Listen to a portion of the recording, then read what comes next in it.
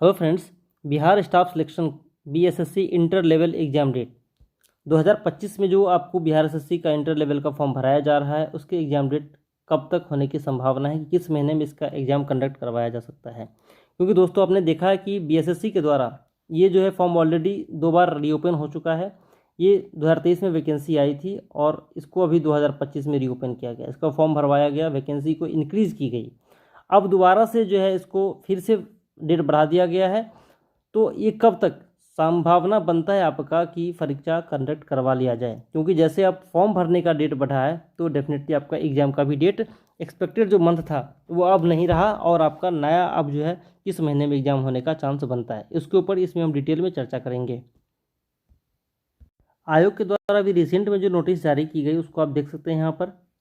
ये 25/11/2025 का नोटिस है, जिसमें जो कर्मचारी बिहार कर्मचारी चयन आयोग ने ये नोटिस जो जारी किया है, ये 2023 की जो वैकेंसी है उसको रीओपन संशोधित करते हुए की गई है।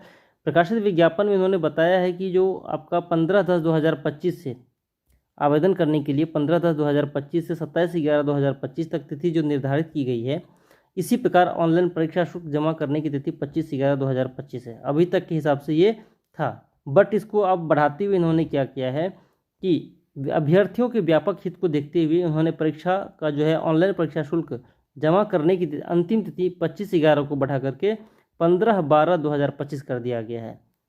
जो है परीक्षा शुल्क जमा करने की तिथि 15/12/2000 शुल्क अब हो गई है और आवेदन समर्पित करने की यानी कि फॉर्म को फाइनली सबमिट करने की जो तिथि है ये 27/11/2025 को बढ़ा करके 18/12/2025 कर दी गई है इनके द्वारा। तो अब डेट जो आपका है ऑलरेडी इसमें इंक्रीज किया जा चुका है फॉर्म भरने का, यानी कि ये मान के चलें कि 18 दिसंबर 2025 आपका जो है अब फॉर्म भरने का समय है। तो उस आधार पर जो है मानिएगा इसका एग्ज़ाम कब तक होने की संभावना है। देखिए, कोई भी एग्ज़ाम जो कंडक्ट करवाया जाता है तो सबसे पहले जो इसके फॉर्म भरने के बाद ये देखा जाता है कि नंबर ऑफ एप्लीकेशन कितने फॉर्म अप्लाई हुए हैं। मान लीजिए कि आप 10 लाख, सपोज कीजिए 10 लाख कैंडिडेट्स ने फॉर्म अप्लाई किया या 12 लाख किया, तो कितना कैंडिडेट फॉर्म को अप्लाई करेंगे उस आधार पर ही सेंटर को बुक किया जाता है। फॉर्म भरने के लिए सेंटर को बुक करवाया जाएगा कि कितने कैंडिडेट्स का अकोमोडेशन वहाँ पर हो पाएगा। तो परीक्षा समिति की बैठक होती है, उसमें डिसाइड किया जाता है कि कितने सेंटर को बुक किए जाएंगे और एग्ज़ाम्स कितने शिफ्ट में आपके होंगे, एग्ज़ाम कितने शिफ्ट में होंगे, तो ये भी डिसाइड किया जाता है। एक शिफ्ट में होगा, 2 शिफ्ट में होगा, वैसे एक शिफ्ट में तो मुश्किल ही कहा जा सकता है, 2 या 2 से अधिक शिफ्ट में एग्ज़ाम मान लीजिए कंडक्ट करवाए जाते हैं, तो उस आधार पर ही सेंटर को फिर बुक किया जाता है। तो ये सारा डिसीजन जो है ये फॉर्म भरने के बाद ही, जो इसका लास्ट डेट होता है उसके बाद ही डिसाइड होता है, मीटिंग होती है और वो डिसीजन के आधार पर फिर सेंटर बुक किया जाता है। तो ये सब करने में आपको लगभग ठीक ठाक टाइम का जो है एक्सपेंशन होता है। जनरली मान के चला जाता है, देखिएगा कि 2 महीने का लगभग टाइम इस सबको लेना पड़ता है, मतलब 2 महीने के आसपास जो है इस सारे प्रक्रिया में टाइम लगभग लग जाते हैं। इसलिए किसी भी वैकेंसी, किसी भी आयोग की जो वैकेंसी आती है, आप उसमें ये देखिएगा कि फॉर्म भरने के बाद जो उसका लास्ट डेट होता है उसके बाद लगभग जो है 2 महीने तक जो है आपके एग्ज़ाम का टाइम का, उसके बाद ही एग्ज़ाम कंडक्ट करवाया जाता है इन सब सारे की प्रोसेस करने के बाद। तो इसलिए यहाँ भी आप देखिएगा कि 18/12/2025 को जो है इसका लास्ट डेट है। तो 2 महीने मान लीजिए इसका फरवरी में हो रहा है, 18 फरवरी को जैसे 2 महीना, तो फरवरी मान लीजिए लास्ट ऐसे ही निकल गया आपका कि फरवरी में एग्ज़ाम होना बहुत ही मुश्किल कहा जा सकता है। वैसे अभी सरकार का नया नया गठन हुआ है तो हो सकता है कि स्पीडअप काम करें और बहुत जल्दी एज सुन एज पॉसिबल हो एग्ज़ाम कंडक्ट करवा लें, लेकिन उतना जल्दी नहीं लगता है कि बहुत ही फास्टली हो पाएगा, इतना इससे भी ज़्यादा फास्ट में।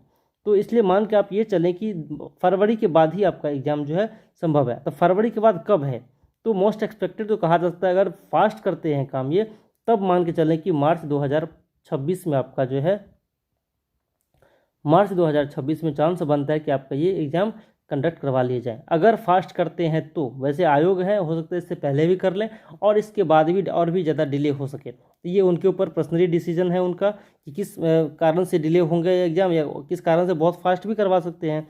लेकिन जनरली आप ये मान करके चलें कि आपका एग्ज़ाम जो है मार्च में, उससे पहले तो बहुत ही कम चांस कहा जा सकता है, लेकिन जनरली मार्च मान के चले कि आपका एग्ज़ाम इस महीने में करवाए जा सकते हैं। तो उस आधार पर देखिएगा तो दिसंबर, जनवरी और फरवरी, ये आपके पास 3 महीने का ऐसा टाइम है, बहुत ही क्रूशियल टाइम है ये, कि आपको प्रिपरेशन के लिए मोर देन सफिशिएंट भी कहा जा सकता है अगर आप अच्छे से प्रिपरेशन करते हैं। इवन जीरो से आप तैयारी करें तो फिर भी जीरो स्तर से भी कैंडिडेट अगर रहे तो इसको कंप्लीट कर सकते हैं, एक अच्छा स्टेज में तैयारी को ले जा सकते हैं, क्योंकि कंपटीशन भी कम नहीं है, बहुत ज़्यादा कंपटीशन है। और इसके एग्ज़ाम का भी लेवल आप जानते हैं कि ठीक ठाक मॉडरेट लेवल का पेपर आता है, तो इसलिए 3 महीने का टाइम उतना कम भी नहीं है, आप अच्छे से प्रिपरेशन कर सकते हैं। और मार्च को मान करके चलें कि आपको मार्च तक आपको, या ये मान के चलें कि फरवरी मिड तक आपको प्रिपरेशन पूरा कंप्लीट कर लेना है। फरवरी बीच यानी कि 15 फरवरी तक आपको अपने प्रिपरेशन में ऐसे आ जाना है कि अब कभी भी एग्ज़ाम कंडक्ट अगर करवाया जाए तो आप एग्ज़ाम में अच्छे से शॉर्टलिस्ट हो सकते हैं। तो यही सब आपके लिए स्ट्रेटेजी था, एक अच्छी प्लानिंग और एग्ज़ाम डेट को लेकर के जो मेरा अपना एक्सपेक्टेशन था आप सबके साथ मैंने शेयर किया। आशा करता हूँ कि आप सबको लाभ मिला होगा। तब तक के लिए थैंक यू। जय हिंद, जय भारत।